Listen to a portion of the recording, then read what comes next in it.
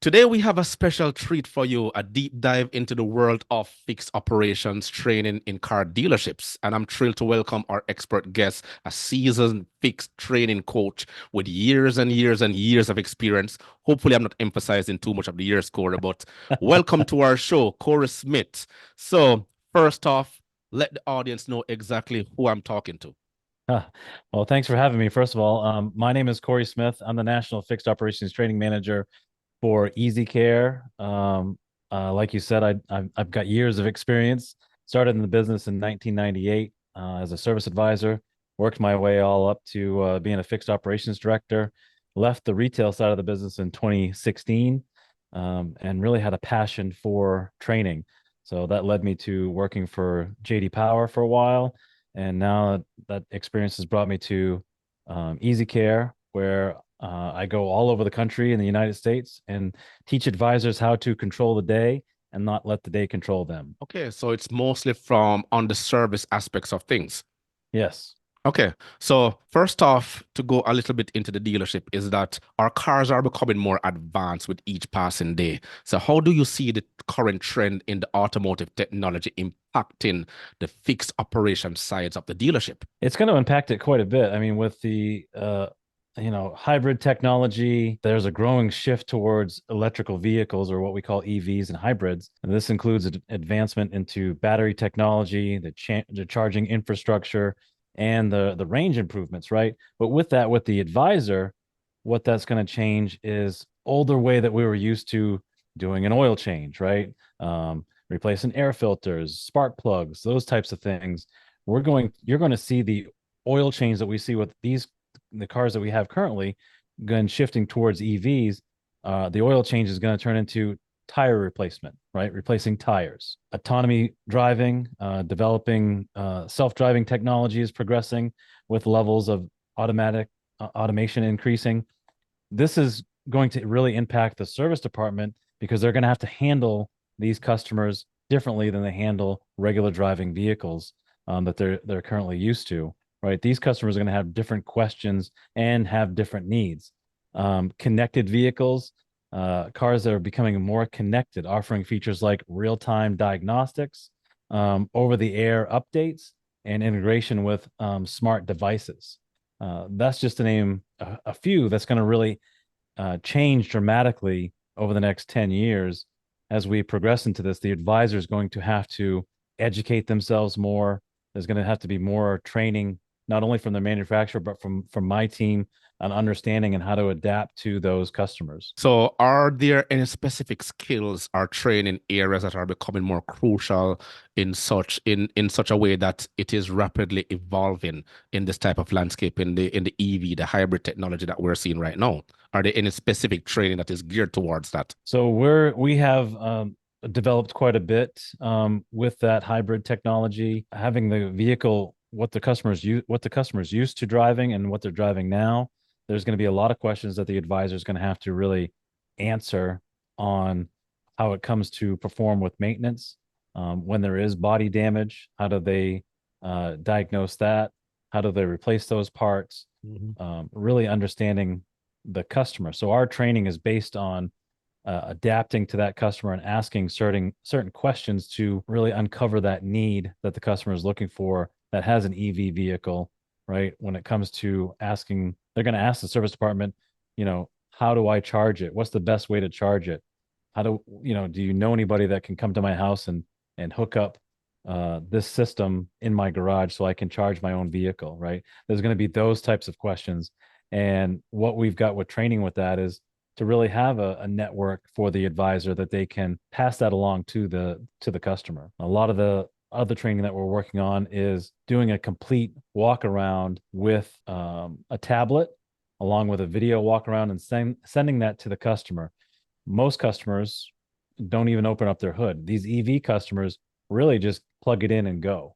Yeah. They don't know much about the vehicle. So educating that customer when the vehicle's up on the lift, having a technician do that diagnostic work and printing that out to the customer, those are things that we're starting to show those advisors how to do that. We've developed some really cool training with Ford that I'm really proud of, and that's part of it. And that is something that we need to emphasize in terms of the training. When I was in the auto industry, at least one of the last dealerships we work with, we implemented a thing called second delivery. I'm not sure if you're familiar with the term second delivery, meaning that we will bring back all the customers who purchase their cars over a period of time. Say, for instance, the last 3 to 6 months, apart from their first service that was due after X amount of kilometers, we will initiate a second training and introduce them to the service department and the parts department and give them a total overview of the vehicle itself. So that will actually incorporate into letting them know a lot more details about their vehicles and the things to look out for, and some of the things that they would have missed during the delivery stage. As you know, the sales rep just wants to get the customers out the door, and Right. they want the key to get going, and a lot of things just go over their head because they just want that brand new vehicle. So in my days, you had the CSRs and the combat rates and the throughputs. So do dealerships actually play emphasis on that similarity with the new EVs that and hybrids that are going right now? You know, you made a great point, and I think since COVID, a lot of dealers stopped doing that. So I like that second delivery. That's a great point to reintroduce yourself to the customer. They Yeah, haven't been back to the dealership yet, to have like a little party, some food, answer yeah, any questions, because you're right. The customer is full of anxiety when they buy the vehicle. It's a big purchase, and it's even bigger when it's an EV, right? And they're excited, they want to go, and the sales team wants them to go, right? And a couple hours is long enough, but you miss certain things, and some customers don't read the owner's manual, right? So I think you're absolutely right to get into that habit, and best practice to bring that customer back to you and have a little bit of a party and answer, do a little Q&A, show and tell, walking around the dealership, and when the technicians are done turning wrenches, bring them back there.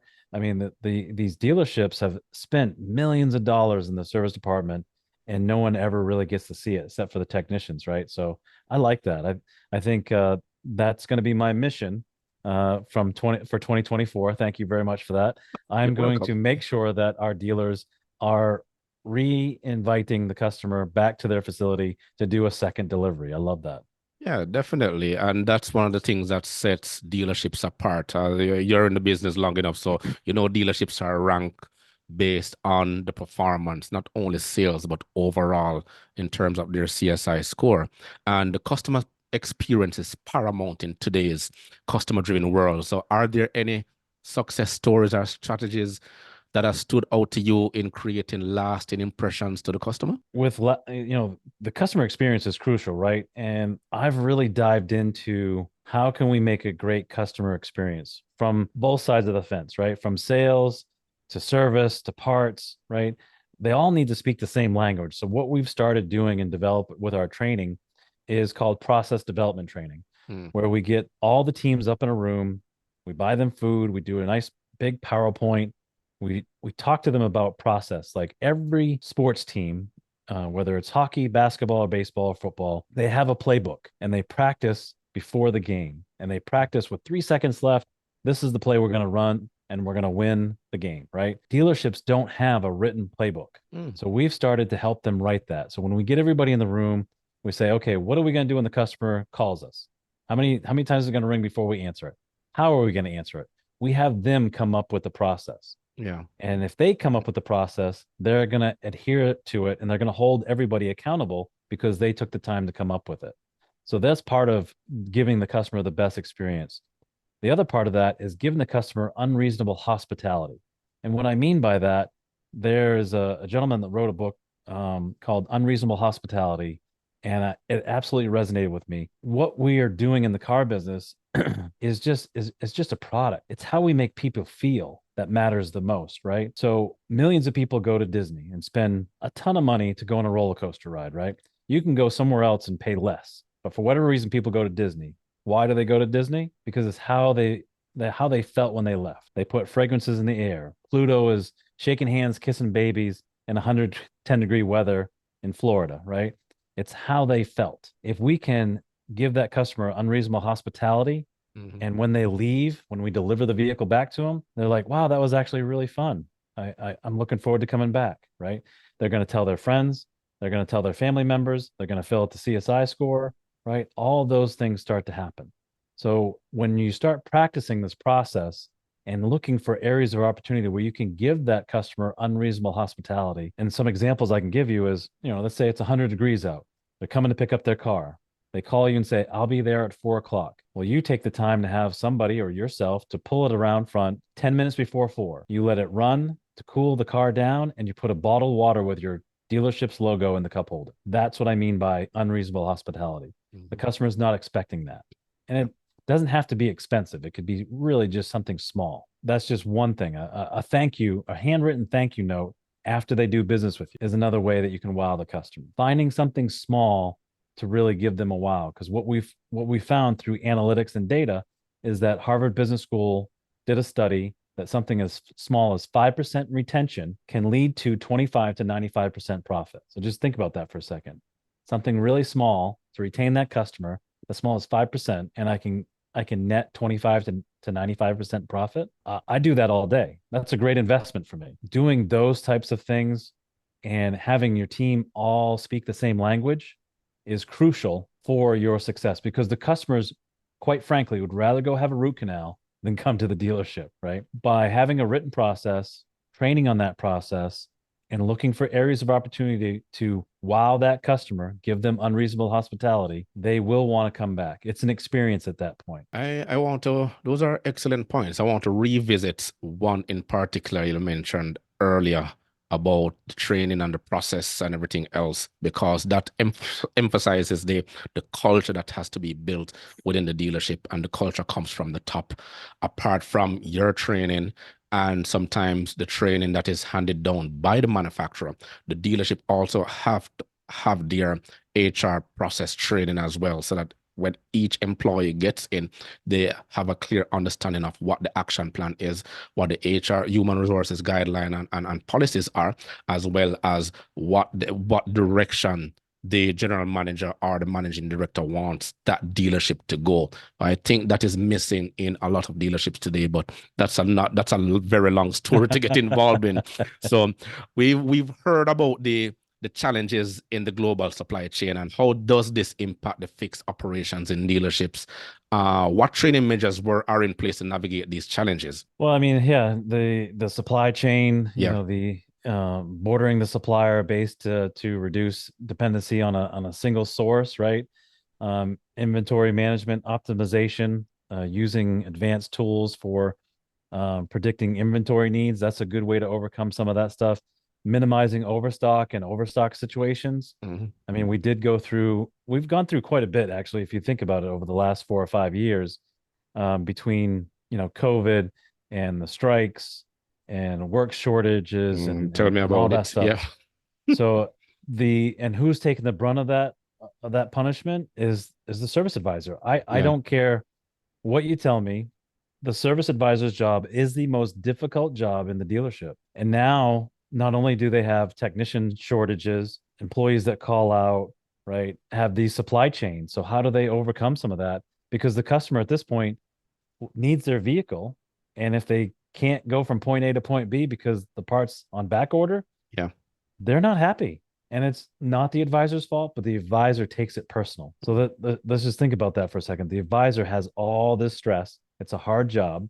And now they have this other stress that it's not their fault. If you're an advisor listening to this, I want you to think about this the next time you're faced with something that's stressful, like not having a part in stock, or a customer yelling at you. Don't say it out loud, but say it in your head. I didn't build it. I didn't break it. I didn't buy it. I'm just here to help. That's your number one job. When you can portray that to the customer and say, listen, I understand. I would be upset too if my $45,000 vehicle didn't start and it needed this part and it's 3 months on back order. I totally get it. There's nothing I can do at this point. I'm just trying to help you as much as I can. And that's hard for an advisor to say, because they they don't want to feel like they don't have an answer, Yeah. and they take it personal, and that's where you get that conflict, right? So the biggest thing that you can do is think in your head, I didn't build it, I didn't break it, I didn't buy it, I'm just here to help. And tell the customer, listen, if I was in your shoes, I would be upset too. You have every right to be upset. So one of the things is what I find easier when I was there. Well, I was in parts for a number of years is to just walk the customer through the process, and they will understand a lot better. Let them know exactly from the point of ordering to the point of receiving to when it would have been fitted. However, if they can understand it from a parts department perspective, how the process actually works, because a lot of manufacturers rather, they were trying to go just in time inventory, meaning that at the point when you order the part, they wanted to reduce the downtime as much as possible. That is why you had VORs and all these different acronyms for when parts were being ordered, as well as for when the service department actually needed it. And then there was a collaboration between a number of dealerships. The new technology helped tremendously in terms of when you could actually go on the smart system and know which dealership across which province or state would have it, and then you could contact that dealer and get everything else. Technology improved a lot, but I think to be honest, we have gotten spoiled over the years because everybody has this microwave type of mentality. They want everything no. They expect you to give them the answer no. They expect your vehicle to be repaired no. And we can't get away from that. So the more things change, the more they remain the same. So not the service advisors, they're doing a tremendously great job. Every dealership I've been to, you can tell the stars different from the one who just are just hanging out there for a paycheck. Believe it or not, we have seen it. Can't call the names, but we know we know exactly who they are. And with so many vehicles on today's road, you can just imagine what type of pressure or stress they can be undergoing, especially when it's a dealership that emphasizes on the numbers. All they care about is the throughput, the capacity, the labor hours. How so there are so many things going on all at once. So I mean, you're there, you're the expert.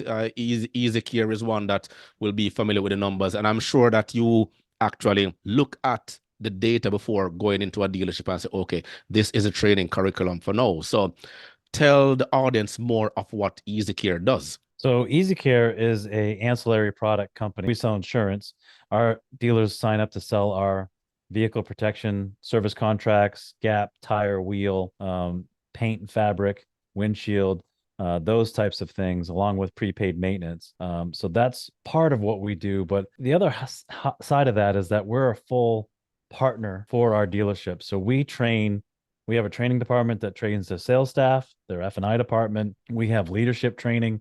We have fixed ops and parts and technician training. We like to be a total partner for our dealership. And that's our big mantra, especially going into 2024, is that we want our dealers to know that we care about their whole business, not just selling stuff that we carry, but we want to make sure that they're making money.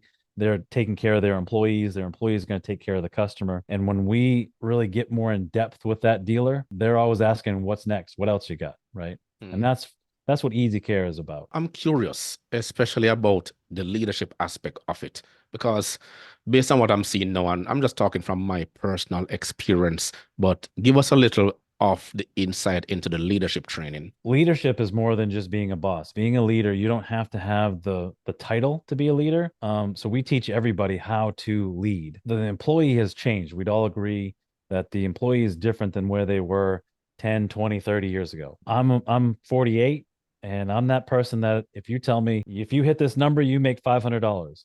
I don't care if my mom's in the way. I love my mom and everything, but I'm going to push her out of the way to get that $500.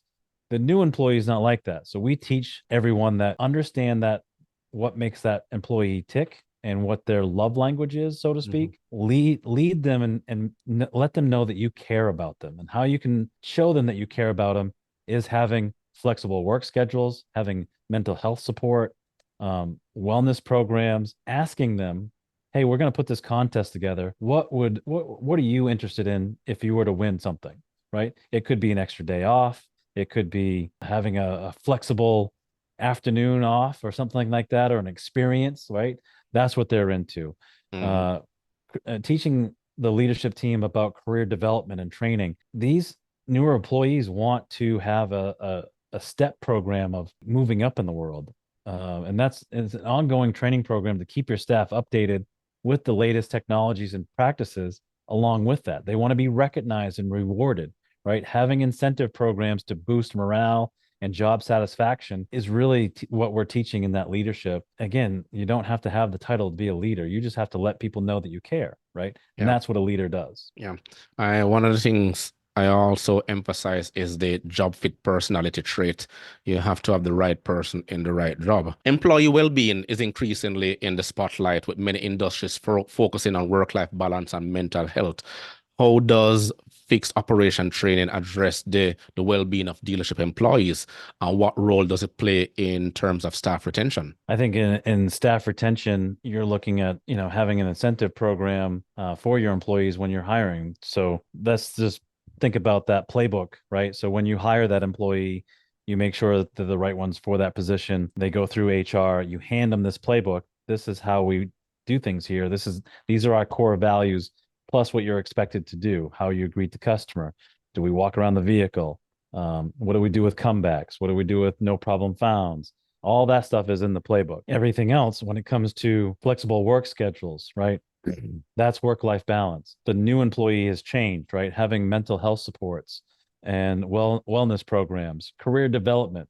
They want to be able to move up in the up the ladder, right? So career development training, ongoing training programs to keep the staff updated with the latest technologies and best practices. Those are just some of the things, along with recognizing and reward systems, right? Everyone wants to be recognized for a good job. And if you have an incentive program to boost morale and job satisfaction, I challenge you to dive into getting outside the normal, the just attaching it to money, right? Be creative with these incentive programs and do a survey with your team now and say, ask them 5 questions. Like, what would you like for incentive programs? What is your why do you work here, right? Those types of questions to really get them thinking and give you some feedback on how you can change and do things as we evolve, because we all know that the only constant is change, right? So we have to keep changing with the times. People 10, 20 years ago aren't the same people that we have now, right? They've all changed. So Mhm. those are just some things when it comes to retaining that employee, because if you don't retain that employee, when that customer comes back and they see somebody new again, Yeah. and then they come back 6 months later, they see somebody new again, you lose trust. Yeah. There's no value.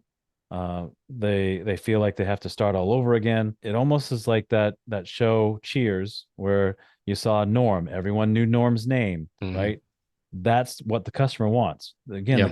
the customer's full of anxiety when they get there, right? But if we can give them a great experience with the same staff and have for years, that anxiety goes down. They start looking forward to coming. They have a good experience. They tell friends and family, right? Do you see the trickle down effect of all this?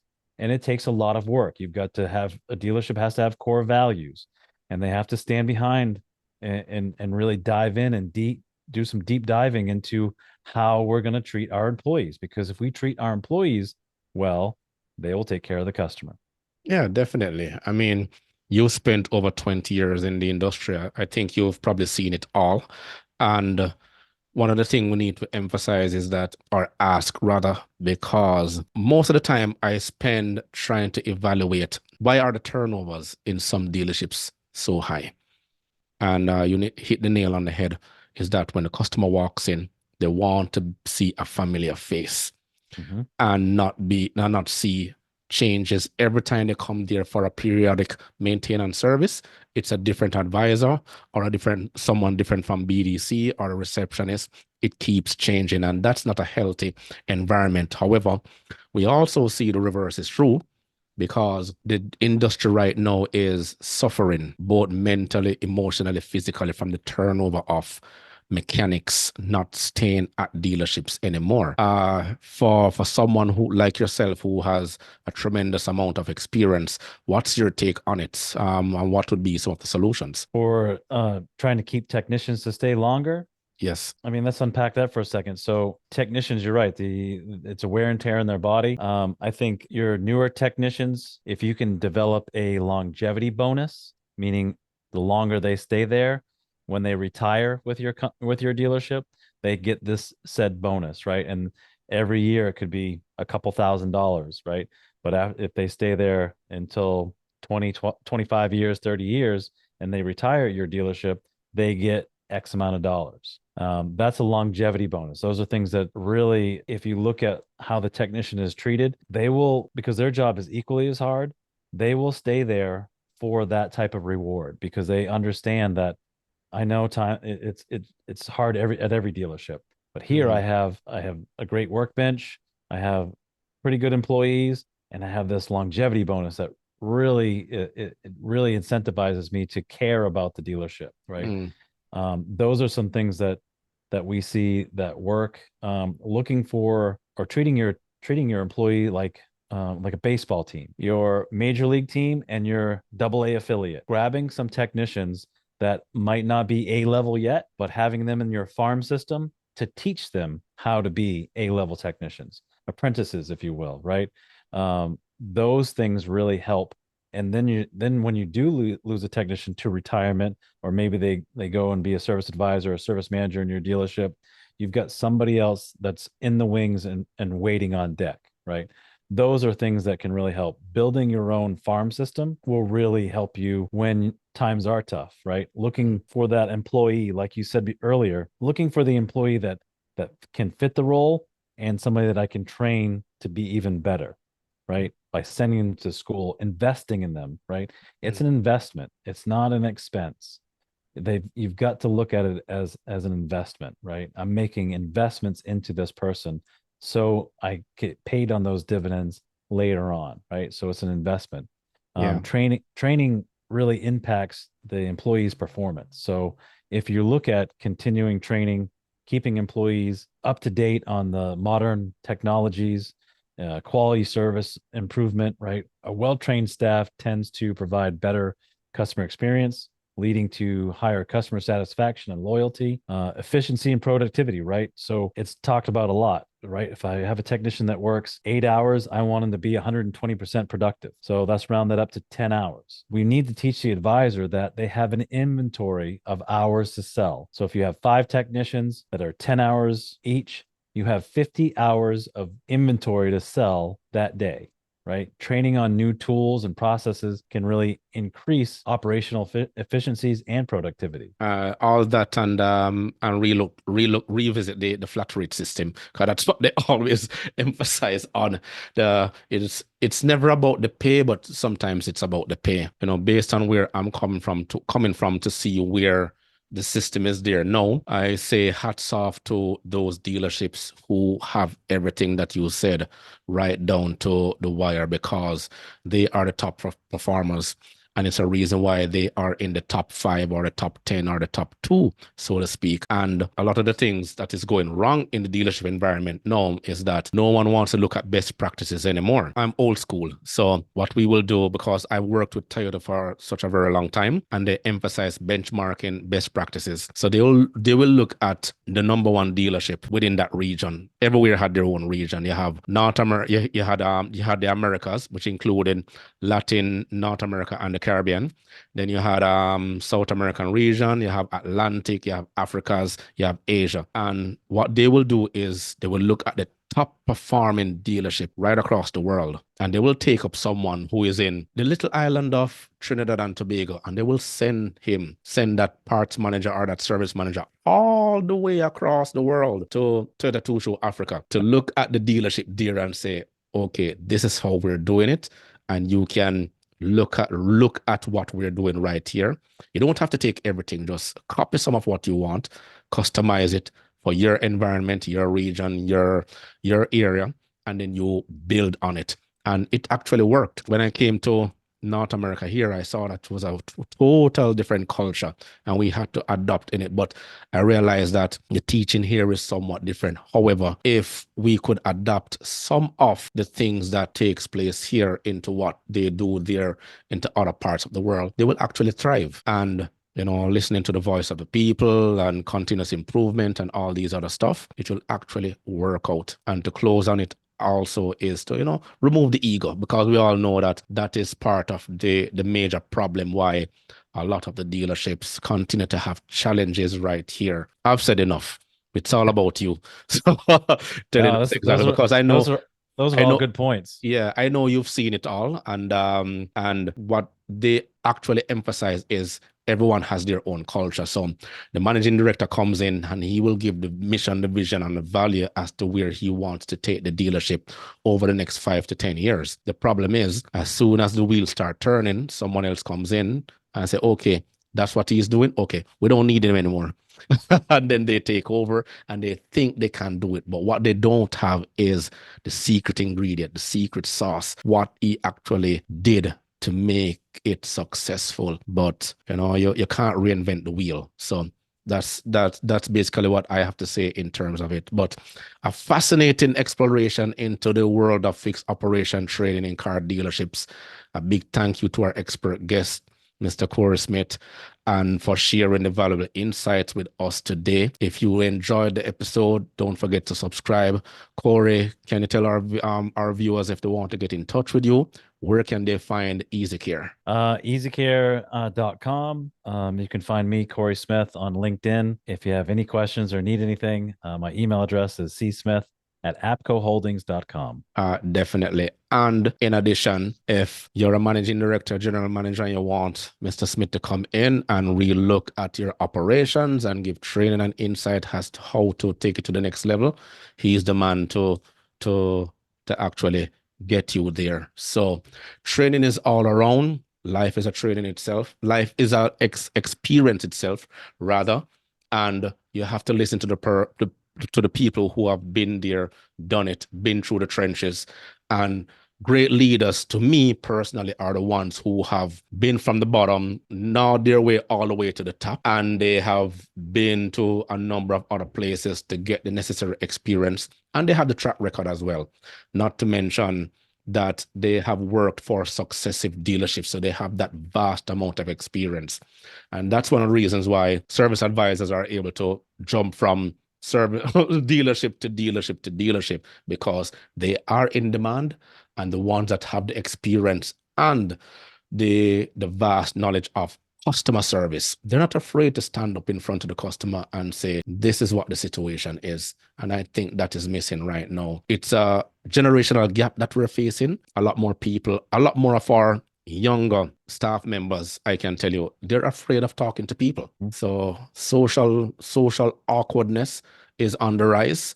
And because we're in this age of cell phone and texting, it's texting languages and everything, it's very difficult for anyone to stand in front of someone to have a social conversation anymore. I don't know why are we afraid of people? We can't do anything without people. Yeah, I think we've lost that human touch because of all the great technologies that we have, right? So you're right, your younger generation, all they're used to is sending something through a text, right? And when they have conflict with somebody in front of them, they don't know how to act. And hopefully your training program as it relates to leadership, because we're not seeing that anymore.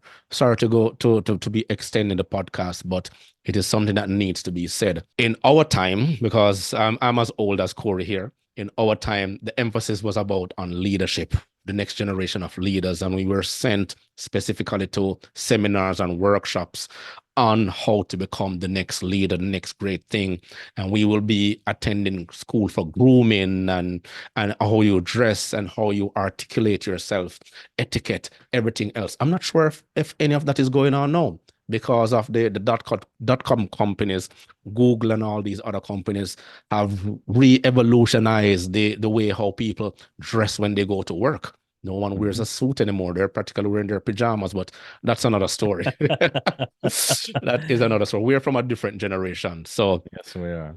Yes, we are. So thank you, Corey. It has been a pleasure. And I do hope to get you on the podcast again. And let's talk some more in terms of our experiences and what we can impart on the young ones out there and the young minds who want to take the dealership, service, automotive industry to the next level. Thank you for joining me. Great. Thank you.